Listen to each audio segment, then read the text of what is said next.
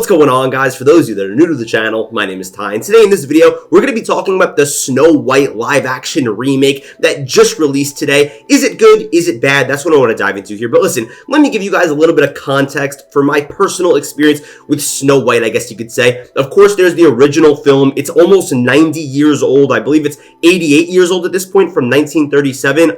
I enjoy the first movie. I think it's good. I watched it as a kid a little bit. I don't think it's the craziest thing in the world, but at the same time, for 1937, it looks really good. It has a pretty cohesive, coherent story, and I really enjoy it. I think it's a certified classic. There's absolutely no denying that. Even though I am over all the Disney live-action remakes, I've ranted about that enough. I do think that to an extent, and I don't want to sound like a hypocrite, this one is sort of warranted because some of the other live-action remakes, so I look at The Lion King, for example, the movie's not that old, right? It's 30, 35, 40 years old, but this film is literally 90 years old. Before World War II even started, or at least when it started, this movie came out. That's pretty hard to believe, honestly. So sure, you know what? It's been 90 years. Go give us a new iteration. Fine, I'll give you guys a pass this one time because I understand now. But did they actually end up doing anything with this film? Before I tell you that, I want to talk about the other elephant in the room because there's been some controversy surrounding this film, okay? I'm not going to act like I really care about it because of certain things that Rachel Zegler has said or that Gal Gadot has,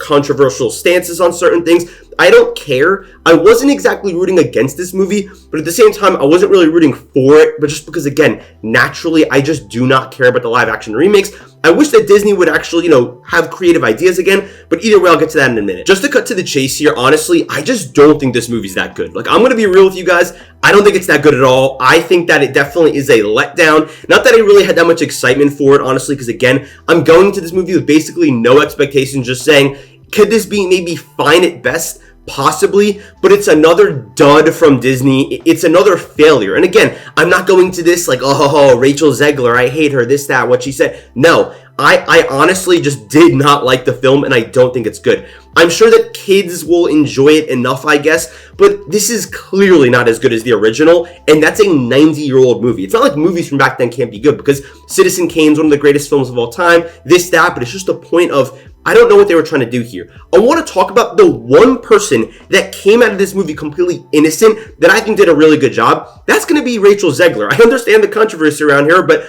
her performance in this, it's not even just passable. It's amazing. I really mean that. Okay, she's going to get an Oscar nomination. No, I don't think she deserves that, but she genuinely has a great performance as Snow White. I was actually taken back, and whenever she was off screen, I was waiting for the next scene that she would be in. Her singing is incredible. Seriously, she's an incredible performance. You cannot deny that she is unbelievably talented, even if you don't like her for some awful reason. But seriously, she's great. Even when she's just acting and talking, I feel like her facial expressions kind of reflect the animated cartoons, and she's so naive with the way she's acting as Snow White, her character, of course, and she does have this sense of kindness and this sense of heart that she really shows, that she cares about everyone around her, and that's, of course, the central theme of this, about how beauty comes from the inside, not the outside, and also, I feel like to an extent they sort of delivered on that theme throughout this entire film. But the problem here is that the main character can only do so much to help this movie because everything surrounding her is either fine or bad, because her performance is up here. It's the one great thing that I would say in this movie. Not even just good or fine, it's truly a great part of this film. And again, like I already mentioned, I was dying to see what they were going to do next with her character, because when they went off screen, I was please just let's get back to Rachel Zegler. But from there, the fine stuff, all the whole supporting cast, basically, you've got the Seven Dwarves, which we'll get to in a minute, okay, because I have a rant coming up. But also, you've got this other subgroup called, the Bandits. It's basically, just like how there's the Seven Dwarves, for argument's sake, to keep things simple, we'll just say there's a group of 7 bandits. Of course, they're trying to expand the story because the original film was only an hour, 20 minutes long. This one is an hour, 50 minutes long because it's 2025. With these bandits, they're kind of just your run-of-the-mill, I guess you could say smugglers. They're the rebellious team to go against the queen. The problem is only one of these characters pretty much actually talks. He plays the role of the prince, and this is something kind of funny to me, and maybe it's just funny to me, but you've got Snow White in this movie, right? You've got the evil queen. You've got the dwarves Dopey and, what are they called? Doc. But this guy's name is Jonathan. And I don't know why it was so funny to me, but the first time he said his name, I was like, wait, this guy's name is Jonathan? You've also got the Huntsman, and this guy just has a normal name. I think that the reason his name's so funny to me is because of the Dungeons and Dragons movie with Jonathan. For those of you that have seen that, whenever I hear that name now, it just makes me laugh. But yeah, his name's Jonathan. So he's the only person in this world that I guess has like a normal name, but whatever, I digress. But the problem with this group is that he's the only one that talks, and I try not to look at movies from a business perspective, but it's like the other actors, they're kind of just standing there like bobbing, looking around, because it's clear Disney did not want to pay them, because once actors like start saying lines, I'm pretty sure the way it works is that you actually have to like pay them more. I'm not even just making that up. I don't know the official rules of like how SAG works and stuff, but once they actually say more lines, you have to pay them like a certain wage or something like that. So all I'm thinking is, oh yeah, of course they gave them no lines and they're just bobbing around, even though they're a part of a key team in the movie. It's awkward, and it just makes for like a weird sequence of events where like whenever this team's there, one guy's talking and everyone else is just standing there behind them like, oh look, we're supporting you guys. It's really weird, it's really awkward, and from there, like, we've got Gal Gadot, who's just, God, man, her performance it's really bad. Like, it's probably the worst in the movie, I would say, at least from a human standpoint, because we're going to get to the dwarves in a second. It's just a really awful performance, and I feel like the story here, you know, going into some of the more, like, fine or neutral aspects, it's okay. Some of the stuff they expanded on is pretty decent. Another thing that I do want to highlight, by the way, is that I feel like this movie, when I went into it, the first 3 or 4 minutes, I was actually kind of hooked. It has like this really good opening musical number, almost reminiscent, and I'm not going to say like as good, but of Wicked, where there's like 70 or 60 people dancing. There's like a big wide lens where you could just see everyone. It feels epic and it's interesting, and it's like, wow, we're introduced to Snow White, and it's like a younger version of her. From there, the second that you're introduced to Gal Gadot, whatever her name is, about 4 minutes into the movie, it kind of hinders a bit, but I feel like 10 or 15 minutes in, this movie peaks, which does suck, but it has this really great song that's a new original in this movie. It's not like from the original film in 1937, and I really liked this song. I think, like, listen, I don't want to discredit the original movie and like Whistle While You Work and stuff, but this new original song, like, was amazing. And I was like, wow, I'm really pumped for this movie. Like 15 minutes in, I was like, damn, is Disney gonna prove me wrong? Even though there was a little speed bump getting introduced to the evil queen or whatever, is it actually gonna be pretty decent? And the film, after the first 15 minutes, just kept going down and down and down, and I just kept becoming less and less and less interested. I feel like all the sets and stuff, once you get to, again, in those first 15 minutes, the evil forest, you guys know how the original film's plot kind of lays out. It's pretty interesting, and this is another thing that I need to mention, because like how I said Gal Gadot's performance is pretty bad. I feel like the second best performance in this movie, it's not even like it's the dwarves or the prince, it's probably the huntsman, because everyone's on such a different tier, and the huntsman has like 90 seconds to 2 minutes or 3 minutes of screen time, but he was like the second most memorable character to me. And again, the guy has like 2 or 3 minutes of screen time, but his performance was like the second best in the movie. That's pretty embarrassing. But I think it's really time to dig into the worst part of this film. And even though, again, I said this movie is pretty bad, I feel like I haven't really dug into what makes this movie just genuinely borderline horrible. It's going to be the dwarves. I'm just trying to figure out Disney's approach with these dwarves, because they're all CGI. They are these disgusting CGI abominations, and this is the thing. Apparently, Disney didn't want to put, and hopefully this is the politically correct term, of course, but dwarves, like real people, real dwarf actors, into the films because they don't want to be offensive, and apparently Peter Dinklage said something along the lines of, it's offensive to put dwarves in this movie. It feels like Peter Dinklage, an actor that I love, by the way, and he's in some of my favorite movies ever, has like a monopoly on being like the only dwarf actor. I think that this would have been such a phenomenal opportunity to give like 7 dwarf actors like their times to shine. Like, they finally get their acting breakthrough. And I'm not saying that Disney has to do like charity to like give these people their first chance, but it would have been really awesome to see that. And also, it would have been 50 times better than these disgusting looking designs that we got. It completely, honestly, like, turned me off for the rest of the movie the second we get introduced to the dwarves, because they are just so genuinely disgusting and vile to look at. Maybe I'm being dramatic, but it's almost frustrating because it's hard to relate to these things that look so similarly human, but they're also like aliens, and it was just so off-putting. And again, I don't really think it would have offended anybody to just have dwarves as the 7 dwarves. And there's one other thing that I need to mention. I think the most ironic part of this is the fact that when we look at the bandit group, one of the bandits is a dwarf, like a real dwarf actor. So what's so offensive about just putting dwarves in the dwarf position? I understand that maybe the context was different in 1937 and it was meant to be like offensive, but now it's 2025. Let's just be comfortable and say, hey, these are legitimately just like smaller people. It's just a group of 7 dwarves that are working together and they're a family and they're with Rachel Zegler. Another part of the movie that just sucks is when Rachel Zegler's interacting with them. It just feels so weird because you know she's talking to nobody and it's awkward. And I'm watching the Whistle While You Work, like arguably the best song outside of the new like Wishing song that I said was really awesome. And it just feels so weird because I'm like enjoying her singing the song, but then it cuts to one of these dwarves and I'm like, ugh, like that's kind of nasty. I like the new song. Again, I think that it's like a bit more modern. It's not like some Dua Lipa song, and it's not like, hey, it's not World War II anymore or something like that. You know what I mean? It's just the point of, it feels like they sort of modernized this in some aspects for the better, and in other areas for worse. Why do you have CGI dwarves in this movie? Again, Gal Gadot's performance as the queen is just god-awful. Another overuse of CGI, even though practically every background CGI. And honestly, I'll give Mark Webb, the director, some credit because there is some colors in here. Like the color palette, it's decent. It's not like just some super bland MCU-looking film, even though I love the MCU. I know that a major complaint is that some of the movies look bland, but I've got to say, just overall, it can be frustrating at times when the witch, by the way, spoiler alert for a 90-year-old movie, turns into an old woman, you know, like the secret person that gives her the poisonous apple.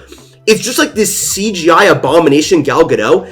And this is another example of, I don't know why you wouldn't just cast an old woman in this role. Because my brain would have went, oh, yeah, that's the evil queen. But instead, she has like this big head. And I know that in the old cartoon, like she looks kind of ugly and stuff. But that's a cartoon. I would have believed if it was just like some old woman just playing the role. But instead, they go for this weird CGI face that just looks awful. And I get you want her to look like Gal Gadot, but who cares? If you just tell the audience that that's her, I'll believe it. But listen, honestly, even though the story isn't nearly as good as the first, because they just try to add some fat in and stuff, I need to talk about one thing, and I'm going to be honest with you guys. I think I'm going to have to go on a rant here. I have to go on a little bit of a rant because this is the thing that frustrates me, right? This whole week I'm thinking, okay, Thursday night, I'm going to go see the Snow White movie because obviously, you know, I review films, so I'm going to go check it out, right? Went down to the theater, sat down. I'm kind of just like on my phone during the trailers because I've seen all of them like 100 times. And I'm like, okay, whatever, about to watch this movie. It'll probably be okay, whatever.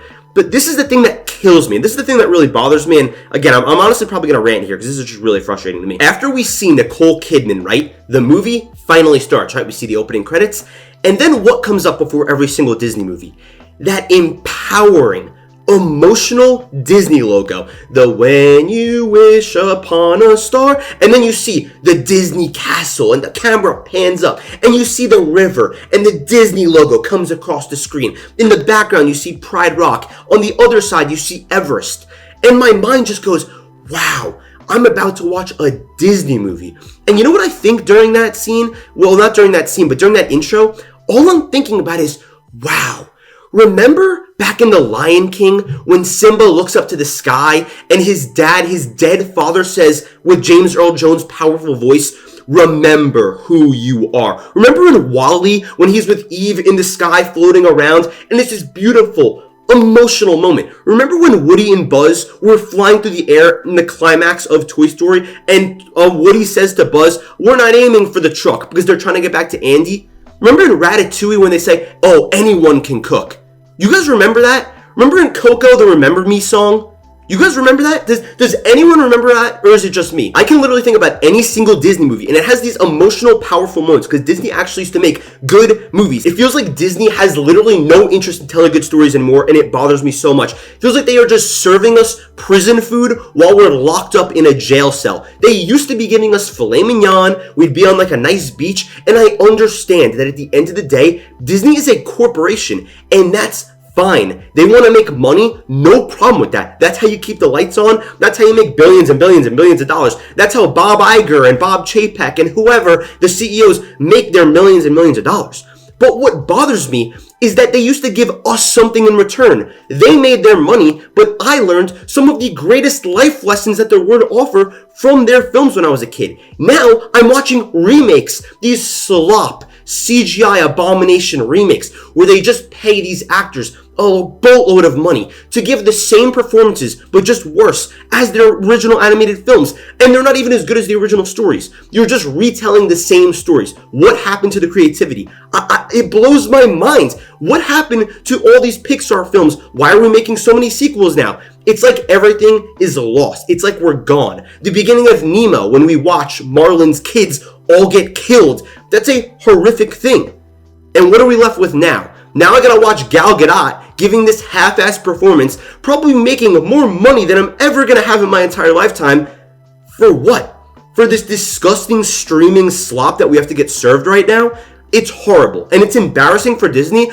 I don't know what happened. It's like they lost their love of the game, but they used to make money. I look at the intro of Up with Carl and Ellie and how powerful that is. Those 10 minutes are more powerful than the last 5 to 10 live-action remakes combined. I'm not even joking. It's ridiculous and it pisses me off. And I know that we're off the topic of Snow White now, but this movie just bothers me. It feels like nothing but a cheap remake to make money. And the ironic part is, it's not even going to make the money, because this film is not going to have a good opening weekend. They already have the projections or whatever. It's probably going to lose money because it costs so much, because they want to put so much CGI and star power into them, instead of focusing on a good script or telling a new story with new characters and giving the next generation of kids great lessons. This is the thing. I don't understand why, as a parent, you wouldn't just turn on Disney Plus, because quite honestly, if you have kids nowadays, I'm sure you're paying the $80 a month practically at this rate, because there's new price hikes every single month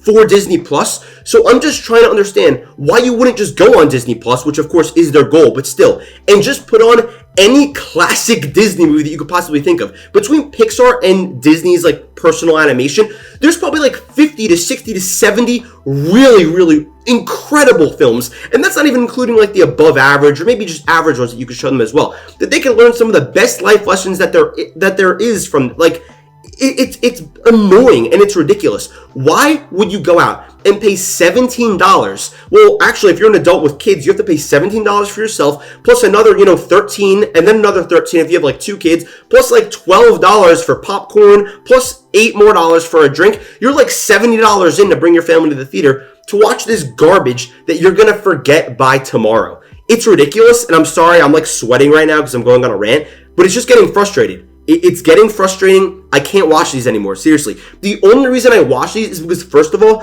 I have AMC A-List, so it costs me per month, but it's not like I'm actually paying for it individually. And second of all, because I review movies on this channel. If I didn't review movies on this channel, I would not be seeing these. And am I going to go see the Lilo and Stitch one? Yeah, for free, because again, I have the A-List, but it's ridiculous. Make original stories. No one wants to see this stuff. It's ridiculous. That's the end of this video. That's the end of this rant. And I don't even care if this rant is longer than the actual review itself. This movie's not good. What's going to be my final rating of this film? I'm going to go with 2 stars. To be fair, it's a very high 2-star. I'll give it that. But there's no way I could give this 2.5. It's a really high 2 stars if that's such an achievement. I look back at some of my favorite Pixar movies, and what do we have now, man? Garbage. It's like they literally gave up. And it sucks because the same creatives in this company are still working there for the most part. Maybe John Lasseter's gone, I understand. But what happened? What happened to the love of the game, man? That's my real question. What happened to the love of the game? Thank you guys so much for watching this video. I love you guys, and I'll see you in the next video.